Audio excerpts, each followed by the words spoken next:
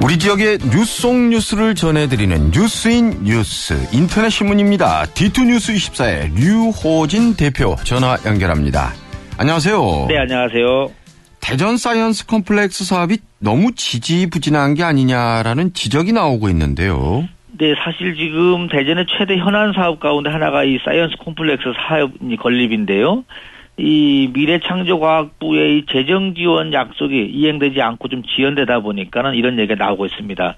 사실 이 컴플렉스 사업이 본격되려면은 실시 협약을 체결해야 되는데 당초 지난해 말까지 완료할 계획이었지만은 이 미래부에서 지원한 500억의 이 사업이 확정되지 않다 보니까는 이달 16일로 연기가 됐는데요. 이렇게 자꾸 지연되다 보니까는 예정대로 추진되지 못할 수도 있다. 이런 우려의 목소리도 좀 나오고 있습니다. 기억이 가물가물하신 청취자 여러분들 그리고 이 전체적인 흐름의 이해를 드리기 위해서라도 한번 짚어봤으면 하는 게요. 네. 정부의 500억 약속 구체적으로 어떻게 해서 나오게 된 것인지 한번 좀 정리를 해 주시죠. 네, 이 500억 지원 약속은요, 국제 과학 비즈니스 벨트 사업하고 맞물려서 지난 2013년으로 거슬러 올라갑니다. 당시 과학벨트 부지 매입비, 국비 확보에 어려움을 겪던 미래부가 대전시에다가 엑스포 과학공원에 이 기초과학연구원, 그러니까 IBS를 입주시키자 이렇게 제안을 했고요. 그러면서 대전시가 이 요구를 수용하면서 엑스포 과학공원의 재개발을 위해서는 토지 용도를 좀 바꿔줄 걸 승인을 요청했고요. 결국 이 토지 용도 변경하고 사이언스 콤플렉스의 공익시설에 이 미래부가 한 500억 정도를 지원하기로 이렇게 하면서 이제 기초과학연구원이 이제 들어오는 이런 이제 계기가 됐습니다. 그러니까 대전시는 정부의 그 지원금 이것 때문에 울며 겨자 먹기식으로 해준 셈이 되는데요. 네, 그런 셈이 됩니다. 이 미래부는 부지가 필요했고요.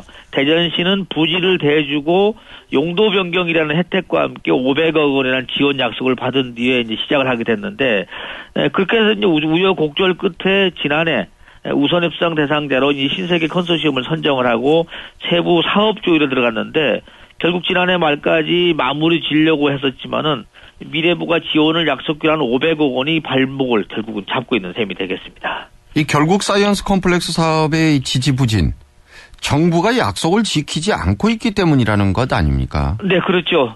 결국은 예산을 확보하지 못한 이제 미래부가 이건 이제 풀어가는 차원에서 과학기술인 공제회라는 데를 통해서 기금을 지원을 하려고 했는데 또 과학기술인 공제회 측에서는 이제 반발하고 있는 것이요.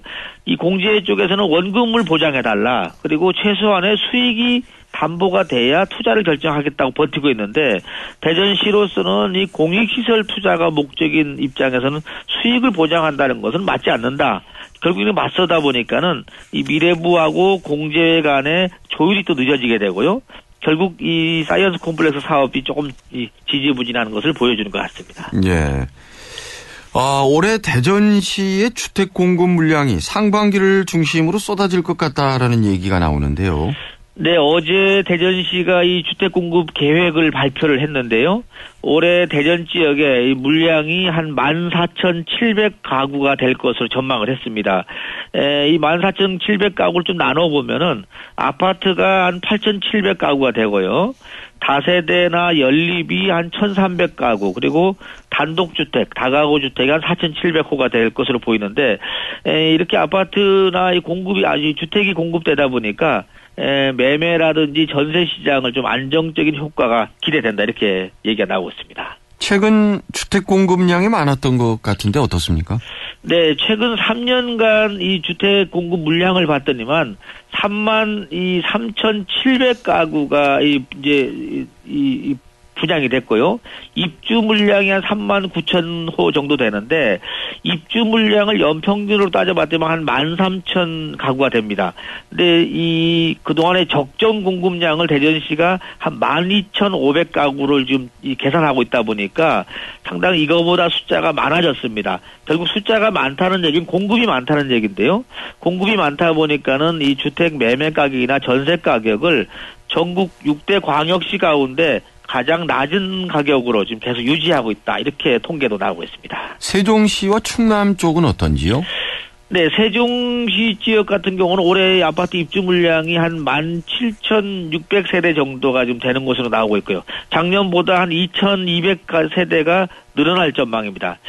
또 충남도 역시 천안 아산 지역을 중심으로 해서 한 19,000세대가 이 분양이 될 거 예상이 되고 있고요. 대전 지역의 입주 물량은 올해 같은 경우는 한 200호 정도가 돼서 작년보다는 조금 떨어진 것 같습니다.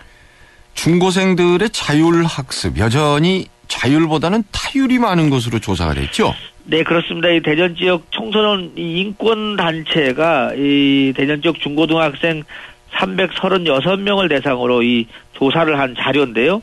이 설문에 참여한 학생 중에 61%, 그러니까 10명 중 6명이 겨울방학에 이 보충수업이나 자율학습에 참여하도록 강요를 받고 있다 이렇게 답을 했다고 합니다. 이 가운데 한 37%는 학교나 교사가 무조건 강제에 참여를 시킨다고 좀 답했고요. 뭐 아무래도 중학교보다는 고등학생이 더 많은데 중학교 학생 정도 한 절반 정도 그리고 고등학생 한 70%가 자율학습에 강요받고 있다 이렇게 지금 통계가 나오고 있네요. 영교시에 대한 강제도 심각하다면서요?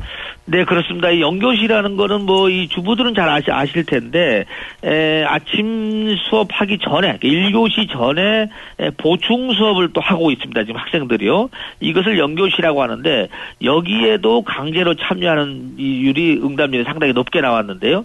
한 24%가 영교시 보충 수업도 억지로 지금 하고 있다고 답이 나왔고 전체 중고등학생 89%는 아무튼 오후 보충 수업 뭐 이런 데 대부분의 학교나 교사들에서 어떻게 보면은 이 강요를 받고 있다 이렇게 답을 하고 있습니다. 중고등학생들은 저녁 시간도 거의 틈이 없잖아요.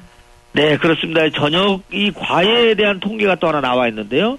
대체적으로 이 고등학교 학생들은 밤 10시 44분에 끝나는 것으로 나왔는데 대체적으로 이 고등학생들이 한 11시 이후 뭐 자정 이전에 끝난다는 응답도 제일 많았다고 합니다. 그리고 중학교 학생들이 9시에서 11시 사이에 지금 끝난다고 하는데 이 사교육 참여하는 것을 본인이 원하는 경우 한 60%가 되고요. 한 나머지 한 40%는 원치 않는데도 지금 사교육에 참여를 하고 있다. 이렇게 통계가 나오고 있네요. 지난해 불발로 끝난 천안 지역의 고교 평준화 시행이 다시 추진되고 있죠? 사실 이 고교 평준화 같은 경우는요, 2016학년부터 이제 시행을 하기로 돼 있는데, 만약에 이게 시행이 안 되면은, 2017학년도 넘어가게 되면은요, 좀 혼란이 올 것 같다는 얘기가 나오고 있습니다. 이렇게 돼서, 충남 도교육청 입장에서는 아무튼 2016년에 이 시행을 하기 위해서 좀 서두르게 되는데, 결국 지난번 부결 이후에 다시 한번 이 움직임이 있는 것 같습니다. 그래서 이 교육감이 이 도의원들을 지금 직접 만나고 있고요. 지금 최근에는 관련 조례안을 또 입법 예고하는 상태라고 합니다. 예. 도의회 의원들께서도 자신들을 뽑아진 시민, 도민들의 뜻이 무엇인지 좀 다시 한번 새겨볼 필요도 있을 것 같아요. 네, 그렇죠. 네, 오늘 소식 잘 들었습니다. 네, 감사합니다. D2뉴스 24의 류호진 대표였습니다. 네, 플러스 뉴스입니다. 이 멸종위기 1급인 이 두드럭 조개가요, 금강에서 상당히 서식하고 있다는 뉴스가 오늘 올라와 있네요. 세종청사 통근버스 운행 중단 시기가 안개 속이다. 사실 중단 여론이 고조되고 있지만 이 관리소 측은 구체적인 계획이 없다고 합니다. 사실 이 정부 세종청사 이 소위 말하는 통근버스가 없어지면요, 어떻게 보면 청사 일대 부동산도 상당히 공실이 줄어들지 않겠느냐 이렇게 예상이 되고 있습니다. 새정치민주연합의 세종시당 위원장에 이해찬 의원이 국회의원이 선출됐다고 합니다. 청소년들 89%가요 이 방과 후 교육을 강요받고 있다, 이런 뉴스도 올라와 있습니다. 골프존하고 이 사업자하고 아직 이 화해가 잘 안 된 것 같습니다. 공방이 지속되고 있다라는 소식도 있고요. 세종시가 읍면 고교까지 무상급식을 지원한다는 소식도 올해 달라지는 주요 뉴스의 하나로 꼽히고 있습니다. 대전 지역 벤처기업 7곳이 1,000억대 매출을 달성했다고 합니다. 이 가장 많은 이 곳이 이 아트라비스 X, 아트라스 BX 4,752억 원 매출 올려서 1위를 할 수 있고, 라이언 컴택도 첫 1,000억대 매출에 진입을 했다고 합니다. 올해 대전 지역 주택 14,700가구가 공급된다는 소식도 있네요. 라이온 컴택 박희원 회장이 충남대 학생들에게 해외 탐방 지원금을 지원했다고 합니다. 한 팀에 500만 원씩 해서 7팀을 선정해서 여러분들 좀 바깥에 가서 좀 제대로 이 도전 정신 좀 배워와라 해서 지원을 했다고 합니다. 충남 청양의 이 미당초등학교 박은종 교장이 자랑스러운 한국 교총인상을 수상했다는 소식도 올라와 있습니다. 오월드가 개원 이래 최고 실적을 올렸다고 하네요. 작년 입장객이 122만 명. 사실 작년 같은 경우는 이 4월 달에 있었죠.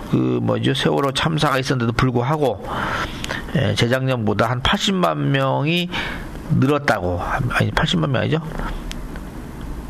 상당히 많이 좀 늘었고, 122만 명 가운데 외지 관광객이 80만 명, 65%를 차지했다는 소식도 올라와 있습니다. 파평윤신 이 서윤공파 종중이 고문서를 대전시립박물관에다가 기증했다는 소식도 오늘 주요 뉴스로 나와 있습니다. 중앙뉴스 가운데서는 이 대선 후보였던 정동영 씨가 전 의원이 탈당을 해서 국민회의로 옮겨간다는 소식도 올라와 있습니다. 그리고 김영란법 올해 국회 곧 통과될 것 같았는데요, 숙려 기간이 필요하다 해서 2월 국회로 넘긴다는 소식도 있습니다. 오늘 박근혜 대통령 신년 기자회견이 예정되어 있는데, 이 김기춘 실장과 이 문고리 3인방 이런 인적 쇄신 요구에 지금 어떻게 답할 것이냐, 이 부분도 관심사이고, 안철수 의원 한 중앙 언론과 인터뷰한 내용이 나왔는데요, 이제 자숙 기간이 끝났다, 현안의 목소리를 내겠다, 이런 답을 했다고 합니다. 이상 플러스 뉴스 마치겠습니다.